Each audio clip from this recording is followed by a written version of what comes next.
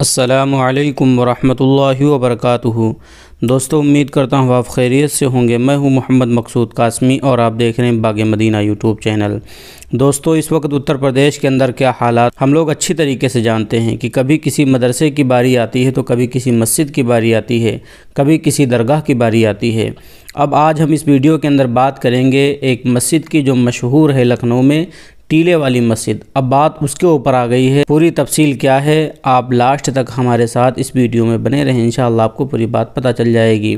اور پہلی بار اگر چینل پر آئے ہیں تو برائے مہربانی سبسکرائب کر لیجئے۔ چلیے دوستو، ویڈیو کو شروع کرتا ہوں۔ لکھنؤ ایڈیشنل ڈسٹرکٹ جج ADJ کی پرفل کمار کی عدالت نے ہندو فریقین کو اجازت دی ہے کہ وہ لکھنؤ کی ٹیلے والی مسجد کے سروے کے لیے نچلی عدالت میں اپیل کر سکتے ہیں۔ ADJ کی عدالت نے مسلم فریقین کے اس استدلال کو کل عدم کر دیا کہ یہ کیس قابل قبول نہیں۔ ہندو درخواست گزاروں نے دعویٰ کیا تھا کہ ٹیلے والی مسجد لکشمن ٹیلے ہے، جسے بھگوان رام کے چھوٹے بھائی لکشمن نے تعمیر کیا تھا۔ 17 فروری کو وہ اس کیس کی سماعت ایڈیشنل سول جج جونیئر ڈویژن کی عدالت کرے گی۔ وکیل ہری شنکر جین نے 2013 میں لکھنؤ کی سول عدالت میں یہ کیس دائر کیا تھا اور مسجد کا سروے کرانے کی درخواست کی تھی۔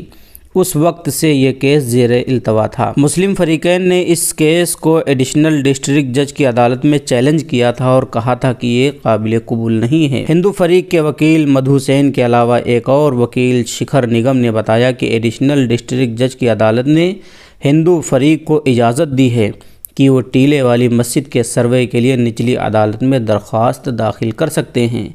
کیس کی سماعت کے دوران ہندو فریق نے عدالت سے گزارش کی کہ وہ مسجد کیمپس خاص طور پر اس علاقے کے سروے کی اجازت دے جو مبینہ طور پر مسجد کمیٹی نے 2013 میں ایک باؤنڈری وال اٹھاتے ہوئے اپنے ساتھ جوڑ لی ہے۔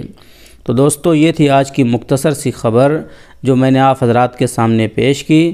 اب دوستو، آپ کا اس کے متعلق کیا کہنا ہے ہمیں کمنٹ ضرور کریے گا، اور ساتھ ساتھ میں دعا کریے گا کہ اللہ تبارک و تعالی جتنے بھی ہمارے مراکز ہیں، جتنے بھی ہماری مساجد ہیں، جتنے بھی ہمارے مدارس ہیں، خانقاہیں ہیں، مزاریں ہیں، اللہ سب کی حفاظت فرما، تمام شرپسند عناصر سے ان کو محفوظ فرما۔